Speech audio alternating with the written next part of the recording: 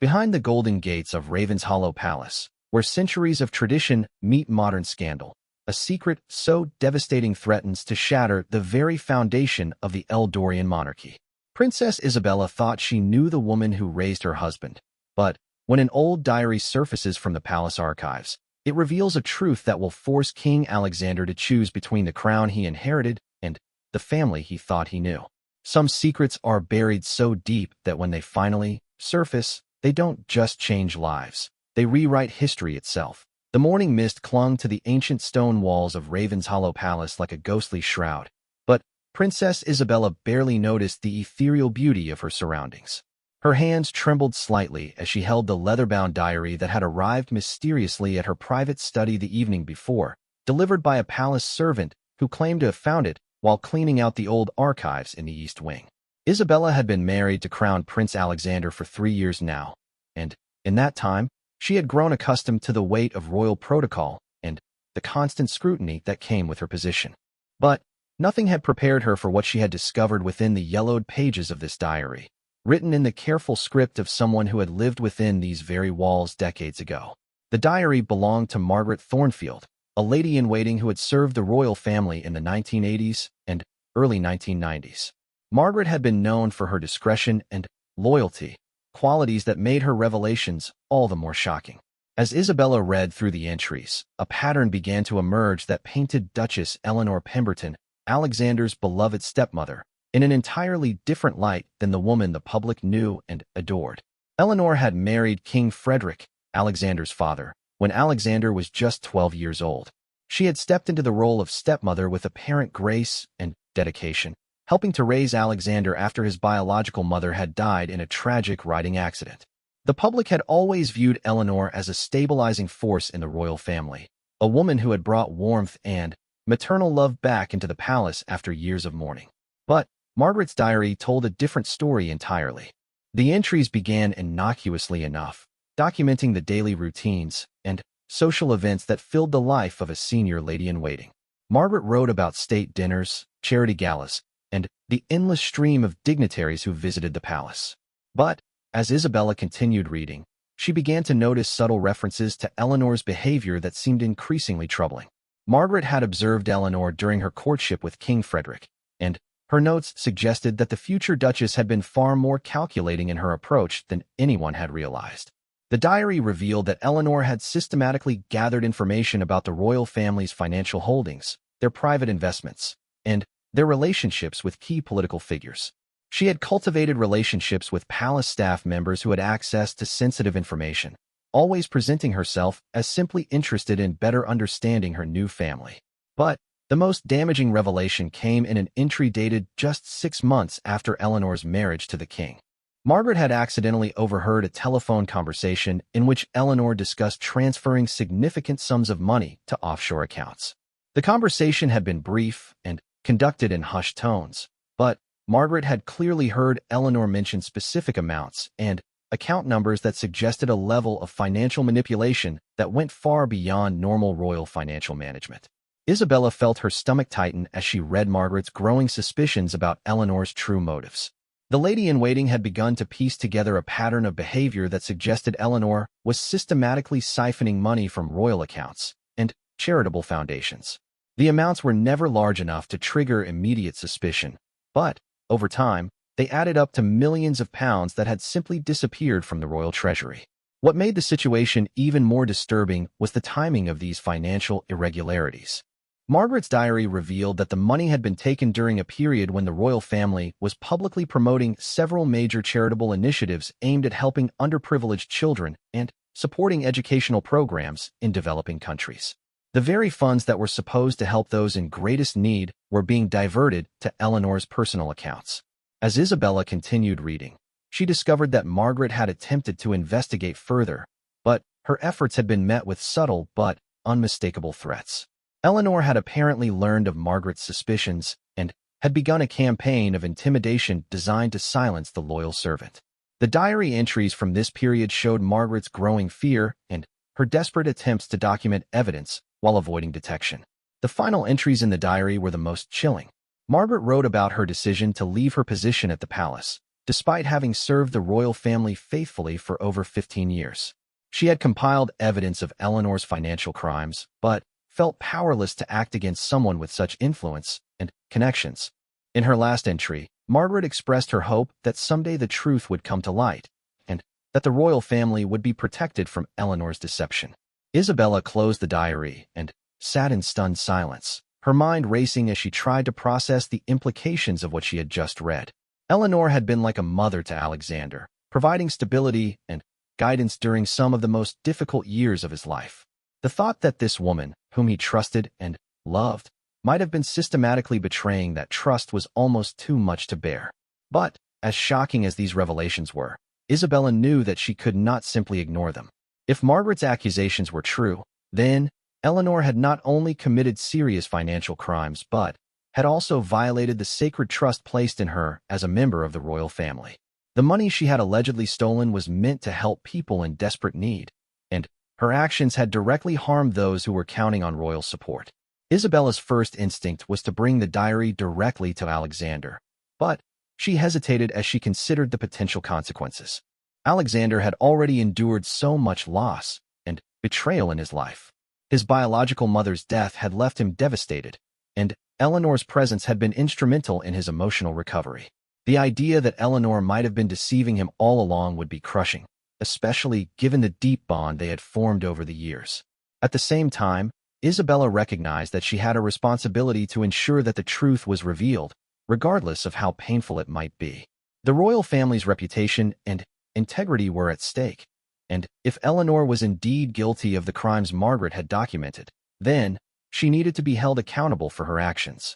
As she sat in her study, surrounded by the heavy silence of the palace, Isabella made a decision that would change everything. She would investigate Margaret's claims herself, gathering additional evidence before confronting either Eleanor or Alexander. She owed it to her husband, to the royal family, and to the people who depended on their charitable work to ensure that the truth was revealed. But, as Isabella began planning her investigation, she had no idea that Eleanor had already learned of the diary's discovery.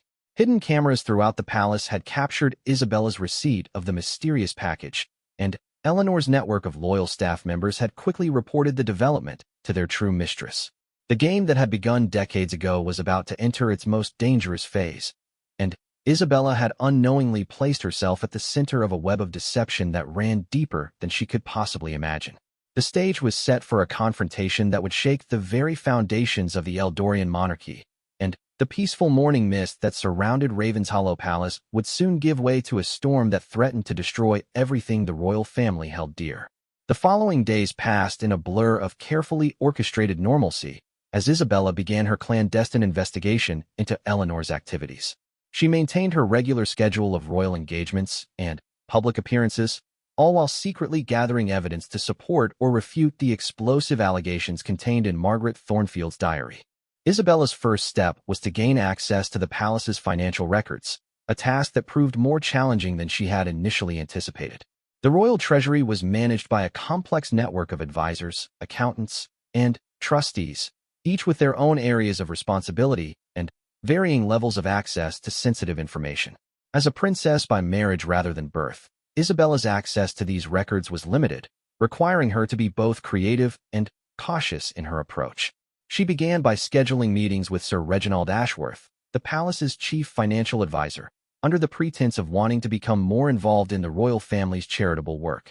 Sir Reginald was a distinguished gentleman in his 60s who had served the crown for over 2 decades, and his reputation for integrity and discretion was beyond reproach. During their meeting, Isabella carefully steered the conversation toward the charitable foundations that had been mentioned in Margaret's diary. She expressed particular interest in understanding how donations were processed and distributed, claiming that she wanted to ensure that the royal family's philanthropic efforts were as effective as possible. Sir Reginald was clearly pleased by Isabella's interest and spent considerable time explaining the various mechanisms in place to protect charitable funds and ensure proper oversight. But, as he spoke, Isabella noticed subtle inconsistencies in his explanations that aligned disturbingly well with Margaret's observations. There were references to accounts that had been established during Eleanor's early years in the royal family, and certain financial procedures that seemed unnecessarily complex for their stated purposes. When Isabella asked about the specific foundations mentioned in Margaret's diary, Sir Reginald's demeanor shifted almost imperceptibly. He became more formal, more guarded, and his explanations became vague and evasive. He claimed that certain historical records were stored in secure archives that required special permission to access, and that many of the older financial documents had been digitized and consolidated in ways that made detailed analysis difficult. Isabella left the meeting with more questions than answers, but she had gained valuable insight into the palace's financial infrastructure and had identified several areas that warranted further investigation. She also noticed that Sir Reginald seemed genuinely committed to transparency and accountability, which suggested that if irregularities existed, he might not be aware of them or might be constrained from discussing them openly. Her next step was to track down other palace staff members who might have worked alongside Margaret Thornfield or who might have observed Eleanor's activities during the relevant time period. This proved to be a delicate task, as Isabella needed to gather information without arousing suspicion or revealing the true purpose of her inquiries. She began with Mrs. Caroline Whitmore, the head housekeeper who had served at the palace for over 30 years. Mrs. Whitmore was known for her encyclopedic knowledge of palace life and her ability to remember even the smallest details about staff members and their activities. Isabella arranged to meet with her under the guise of planning some renovations to her private quarters. During their conversation, Isabella gradually steered the discussion toward the palace's history and the various staff members who had served the royal family over the years. When she mentioned Margaret Thornfield, Mrs. Whitmore's expression grew thoughtful and slightly troubled. "Oh yes, Miss Margaret," Mrs. Whitmore said, her voice carrying a note of sadness. "She was a lovely woman, very dedicated to her duties. It was quite unexpected when she decided to leave so suddenly. She had always seemed so devoted to the royal family. And then, one day she simply announced that she was resigning her position and would be moving to the countryside." Isabella pressed gently for more details, and Mrs. Whitmore revealed that Margaret's departure had indeed been abrupt and somewhat mysterious. She had left without participating in the usual farewell ceremonies that typically marked the end of a long-serving staff member's tenure, and she had declined the pension benefits that she was entitled to receive. "There were rumors," Mrs. Whitmore confided, lowering her voice, "that she had some sort of disagreement with the administration, but no one ever knew the details. Duchess Eleanor was quite upset about her departure, I remember. She said that Margaret had been under a great deal of stress, and that she hoped she would find peace in her retirement." This information only deepened Isabella's suspicions. Why would Eleanor have been particularly concerned about Margaret's departure unless she knew something about the lady-in-waiting's true reasons for leaving? And why would Margaret have forfeited her pension benefits unless she felt that accepting them would somehow compromise her integrity? Isabella's investigation continued over the following weeks, as she carefully gathered additional pieces of the puzzle. She discovered that several other long-serving staff members had left the palace around the same time as Margaret, and that there had been a significant reorganization of the financial management systems during Eleanor's early years as Duchess. She also learned that Eleanor had been instrumental in establishing several new charitable foundations during this period, foundations that had operated with minimal oversight and had eventually been quietly dissolved after a few years of operation. The official explanation was that these foundations had achieved their goals and were no longer necessary, but Isabella began to suspect that they might have served as vehicles for the financial irregularities that Margaret had documented. As her investigation progressed, Isabella became increasingly convinced that Margaret's allegations were credible. The pattern of evidence she was uncovering aligned too closely with the diary's revelations to be coincidental. But she also realized that she was walking into dangerous territory, both personally and politically. Eleanor remained one of the most beloved members of the royal family, both within the palace and in the eyes of the public. Her charitable work and maternal devotion to Alexander had earned her widespread respect and admiration.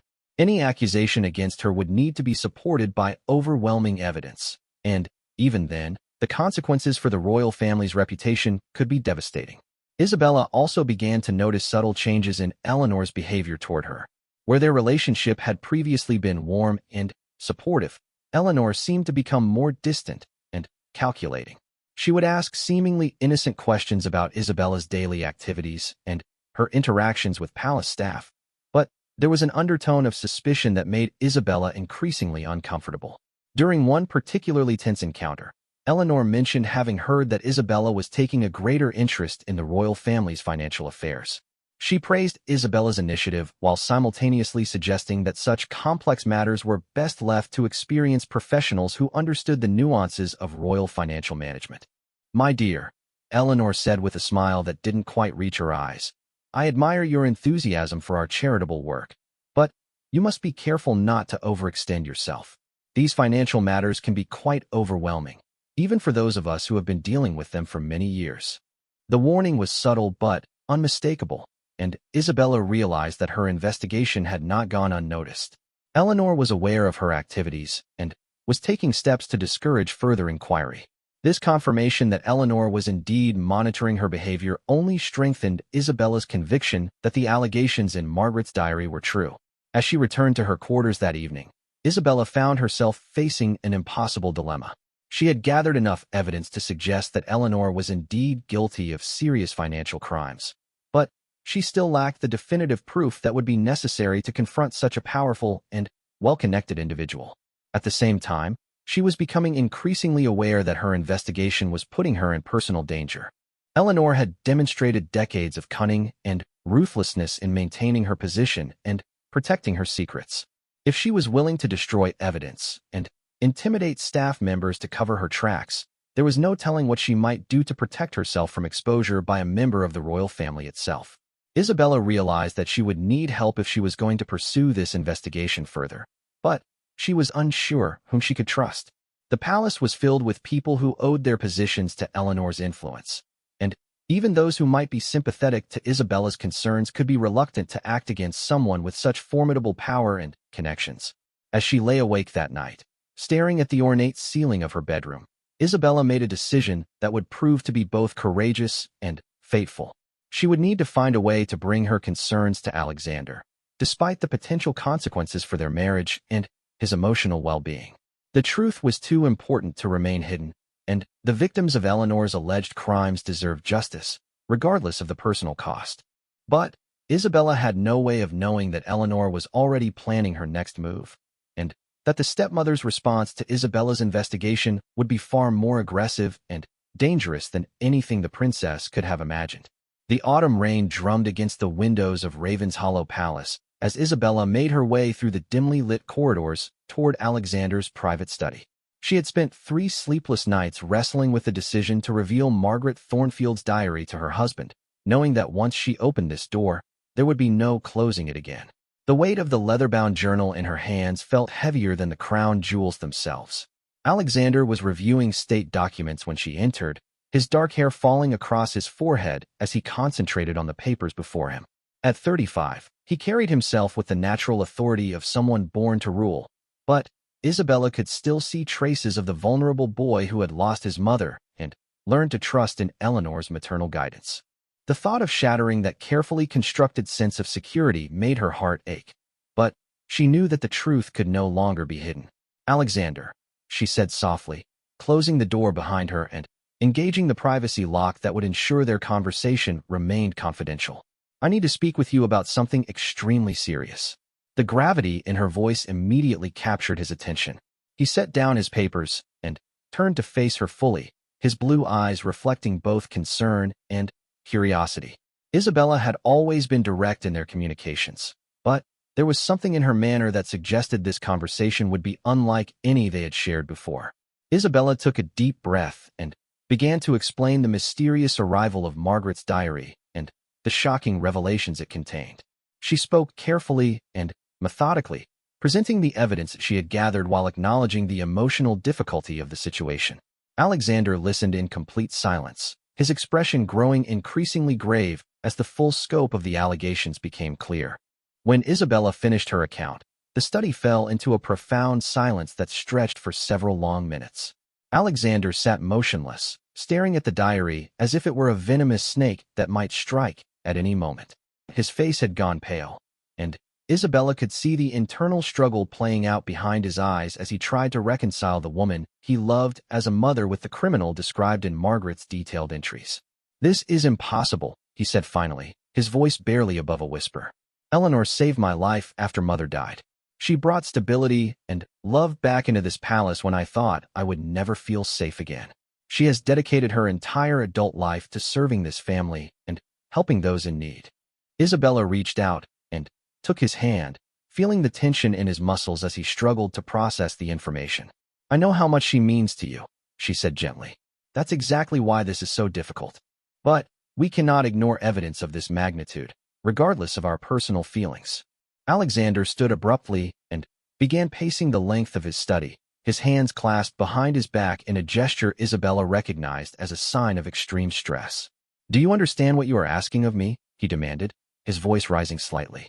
"You want me to believe that the woman who read me bedtime stories, who helped me through my darkest moments, who has been the closest thing to a mother I have had for over 20 years, is nothing more than a common criminal who has been stealing from the very people we are sworn to protect?"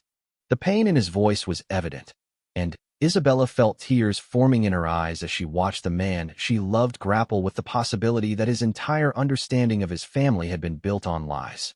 But she also knew that avoiding the truth would only make the eventual reckoning more devastating.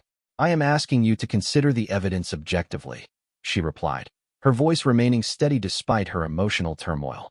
"I am asking you to think about all the people who have suffered because of the money that was stolen from charitable foundations. I am asking you to remember your duty as future king to ensure that justice is served, even when it is personally painful." Alexander stopped pacing and turned to face her, his eyes flashing with a mixture of anger and anguish. "And what if you are wrong?" he asked.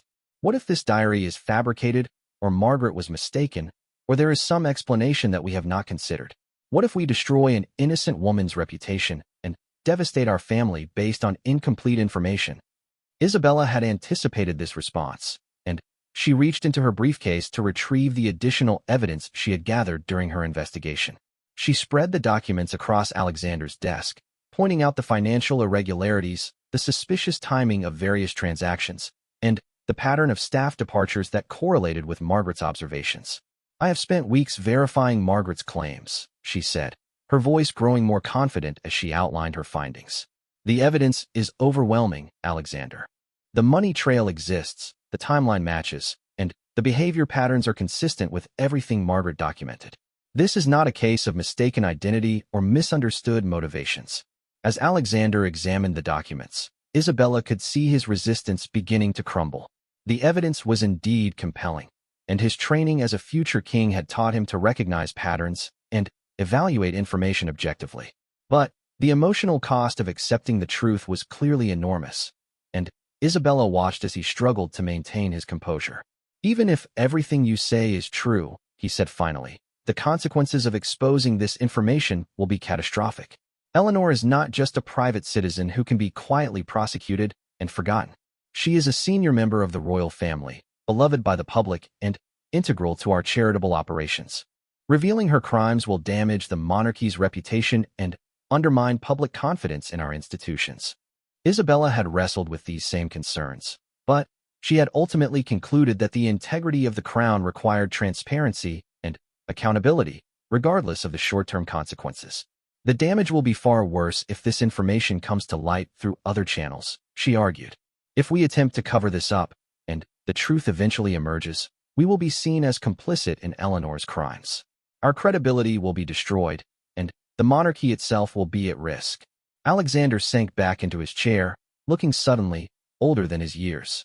The weight of kingship had always been heavy, but this decision would test his character and his commitment to justice in ways that no amount of training could have prepared him for.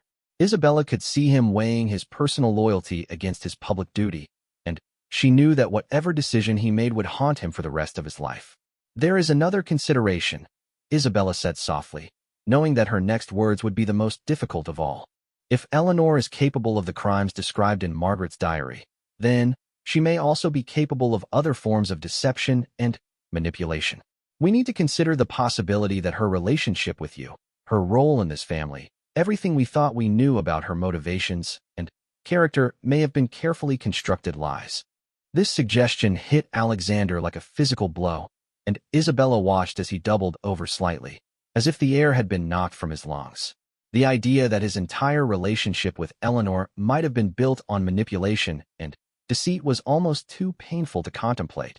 But Isabella knew that this possibility had to be acknowledged if they were going to move forward effectively. I need time, Alexander said finally, his voice hollow and defeated. I need time to think about this, to consider all the implications, to decide how to proceed. This is not a decision that can be made in a single evening. Isabella nodded, understanding that this was perhaps the most difficult moment of Alexander's life. Of course, she said, gathering the documents and preparing to leave. But, Alexander, we cannot delay indefinitely. If Eleanor suspects that we know about her activities, she may take steps to destroy additional evidence or to protect herself in ways that could be dangerous for all of us. As Isabella reached the door, Alexander called out to her. Isabella, he said, his voice heavy with emotion. Whatever happens next, I want you to know how grateful I am for your courage in bringing this to my attention. I know how difficult this must have been for you, and I know that you are acting out of love for this family and commitment to justice. Isabella paused and looked back at her husband, seeing in his face the weight of the crown he would someday wear and the burden of the decisions he would be forced to make. We will get through this together, she said simply. Whatever comes next, we will face it as a family. But, as Isabella left Alexander's study and made her way back to her own quarters, she could not shake the feeling that Eleanor was already aware of their conversation and was planning her response. The palace felt different somehow, more menacing, as if the very walls were watching and listening. Isabella realized that she and Alexander were no longer simply investigating a crime from the past. They were engaged in a deadly game with a woman who had spent decades perfecting the art of deception and manipulation. The next phase of this confrontation would test not only their commitment to justice, but also their ability to survive Eleanor's wrath. And, as the rain continued to fall outside the palace windows, Isabella could not help but feel that a storm of far greater magnitude was about to break over their lives. The dawn light struggled through the heavy curtains of Eleanor's private chambers as she sat at her antique writing desk, her fingers drumming rhythmically against the polished mahogany surface. Before her lay a collection of photographs taken by palace security cameras, documents retrieved from her network of loyal staff members, and transcripts of conversations that had been carefully monitored over the past several weeks. The evidence of Isabella's investigation was undeniable, and Eleanor knew that the time for subtle maneuvering had passed. For over 20 years, Eleanor had masterfully maintained her position within the royal family through a combination of genuine affection, calculated manipulation, and ruthless elimination of potential threats. She had built her reputation as the devoted stepmother and charitable duchess through careful public relations and strategic philanthropy, all while systematically siphoning millions from royal accounts to secure her own financial independence and fund her true ambitions. The money had never been the primary goal, though the financial security it provided was certainly welcome. What Eleanor had really sought was power, influence, and the ability to shape the future of the monarchy according to her own vision. She had watched the royal family stumble through scandal after scandal, crisis after crisis, and had slowly positioned herself as the stable, reliable force that could guide them through turbulent times. Alexander's emotional dependence on her had been carefully cultivated from the moment she married his father. She had studied the grieving boy's psychology, identified his vulnerabilities and fears, and gradually made herself indispensable to his emotional well-being.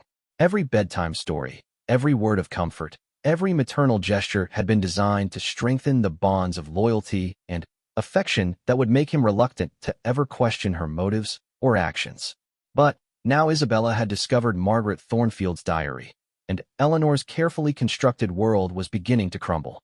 The princess had proven to be far more resourceful and determined than Eleanor had anticipated, and her investigation had uncovered information that could destroy everything Eleanor had worked so hard to build. Eleanor rose from her desk and walked to the window, looking out over the palace grounds where she had spent the best years of her life. She felt no remorse for the crimes Margaret had documented, no guilt for the charitable funds she had diverted, and no shame for the lies she had told.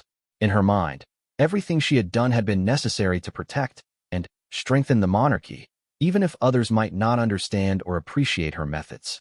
The real tragedy, from Eleanor's perspective, was that Alexander and Isabella were too naive and idealistic to recognize the value of what she had accomplished. They saw only the technical violations of law and protocol, while remaining blind to the larger strategic vision that had guided her actions.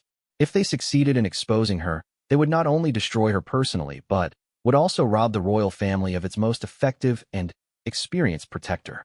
Eleanor had not survived and thrived for 2 decades by accepting defeat gracefully. She had always been prepared for the possibility that her activities might eventually come to light, and she had developed contingency plans designed to protect her interests and neutralize potential threats. The time had come to implement those plans, regardless of the personal cost to Alexander, Isabella, or anyone else who stood in her way. Her first priority was to secure the evidence that Isabella had gathered and ensure that it could not be used against her. Eleanor's network of loyal staff members included individuals with access to the princess's private quarters, her personal communications, and her daily schedule. Within hours, a carefully planned burglary would remove Margaret's diary and any related documents from Isabella's possession, making it appear as though the theft was the work of common criminals seeking valuable items to sell. Simultaneously, Eleanor would begin implementing a more aggressive strategy to discredit Isabella's investigation and cast doubt on her motivations.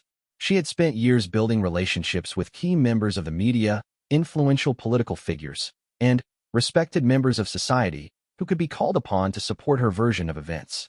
By morning, carefully placed stories would begin appearing that questioned Isabella's stability, suggested that she was struggling with the pressures of royal life, and implied that her accusations against Eleanor were the product of stress-induced paranoia. Eleanor also planned to leverage her emotional relationship with Alexander to maximum effect. She would present herself as the wounded stepmother, devastated by Isabella's unfounded accusations and heartbroken by the princess's apparent inability to trust the woman who had devoted her life to the royal family's service. She would emphasize her years of sacrifice and dedication, reminding Alexander of every moment of comfort and guidance she had provided during his most difficult times. If these initial strategies proved insufficient, Eleanor was prepared to escalate her response considerably. She possessed compromising information about several key figures within the palace and the government, information that she had carefully gathered and preserved over the years as insurance against exactly this type of situation. She was also aware of financial irregularities committed by other members of the royal household, irregularities that she could expose if necessary to shift attention away from her own activities. Most importantly, Eleanor had maintained secret communications with foreign intelligence services and international criminal organizations that had provided her with resources and support in exchange for information about royal family activities and British government policies.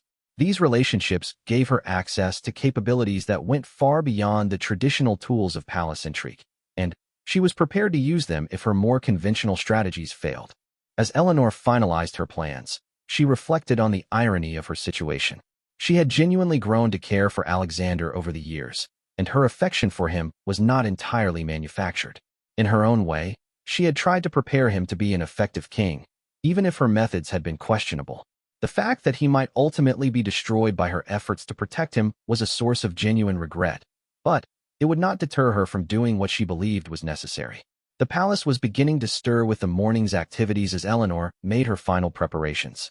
She sent encrypted messages to her contacts, confirming that her contingency plans were being activated. She reviewed her financial arrangements, ensuring that her offshore accounts and hidden assets would remain secure regardless of the immediate outcome. She also took steps to eliminate any remaining evidence of her activities that might have escaped Isabella's investigation. By the time the sun had fully risen over Ravenshollow Palace, Eleanor had transformed from the beloved Duchess and devoted stepmother into something far more dangerous. The mask of maternal warmth and charitable dedication had been replaced by the cold calculation of a woman fighting for her survival. She understood that the next few days would determine not only her own fate, but also the future direction of the monarchy itself. Eleanor's final act of preparation was to visit Alexander's study, where she knew he would be struggling with the decision of how to respond to Isabella's accusations. She found him exactly as she had expected, haggard and exhausted after a sleepless night, staring at the documents that threatened to destroy his understanding of his own family. "My dear boy," she said softly, her voice carrying all the warmth and affection she had shown him for over 20 years, "I heard that you have been troubled by some very serious accusations.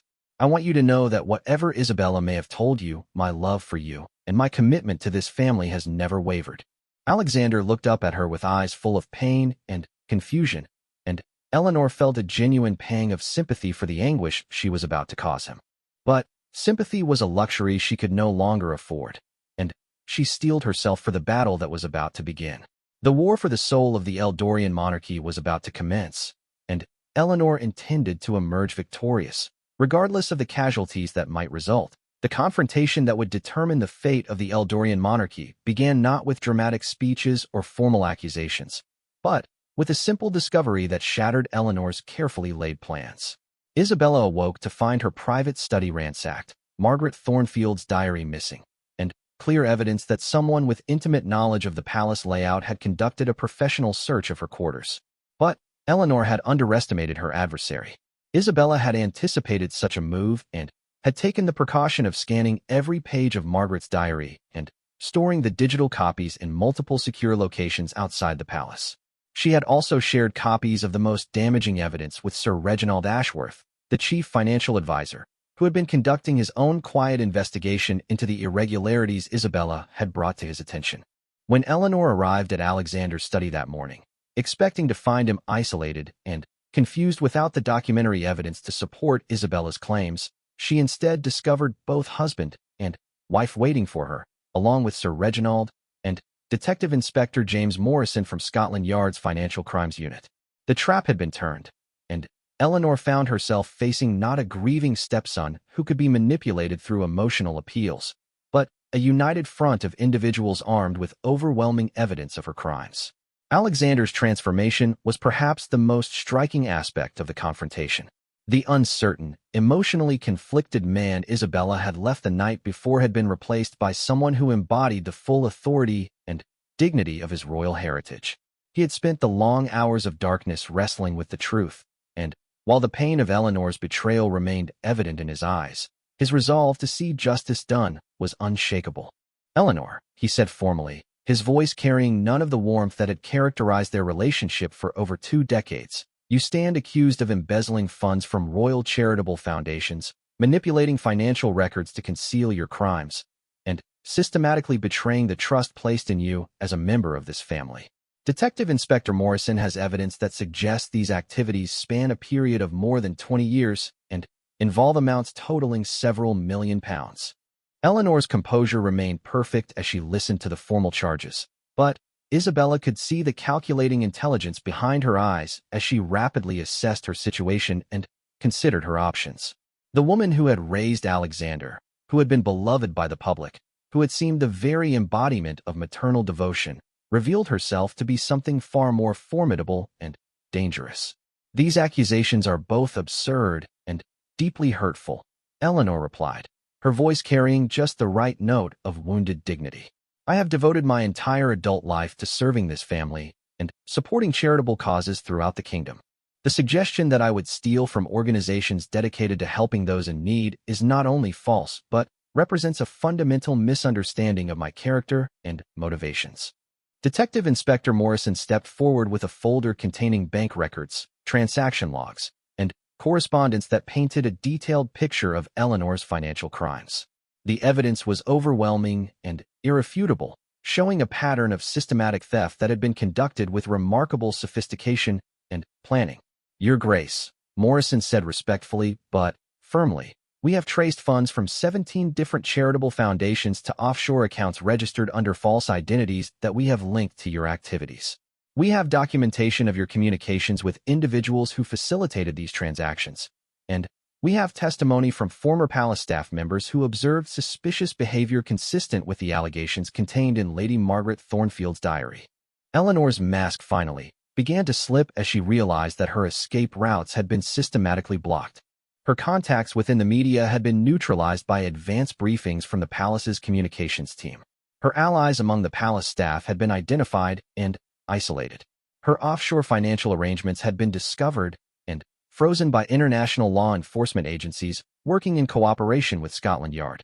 "You have no idea what you are destroying," Eleanor said, her voice taking on a harder edge as she abandoned any pretense of wounded innocence. "I have protected this family from scandals that would have toppled the monarchy. I have made difficult decisions and taken necessary actions to preserve the institution that you claim to serve.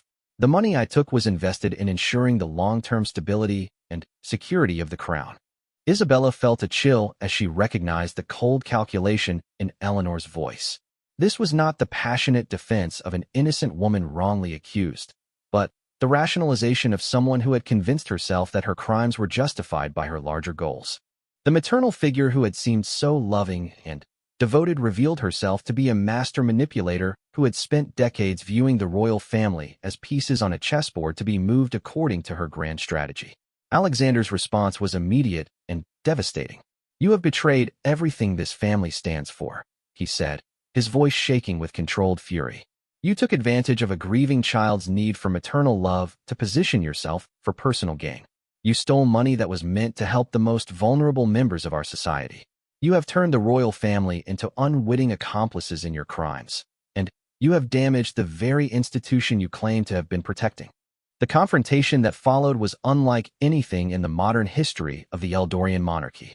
Eleanor, faced with irrefutable evidence and the collapse of all her carefully constructed defenses, finally revealed the full extent of her activities. She spoke of foreign intelligence contacts, of compromising information she had gathered about political figures, of financial networks that extended far beyond the royal family's charitable foundations. As the scope of Eleanor's operations became clear, Alexander and Isabella realized that they were dealing with something far more serious than simple embezzlement. Eleanor had effectively been operating as a foreign agent within the heart of the British establishment, using her position to gather intelligence and influence policy decisions in ways that served interests beyond those of the crown.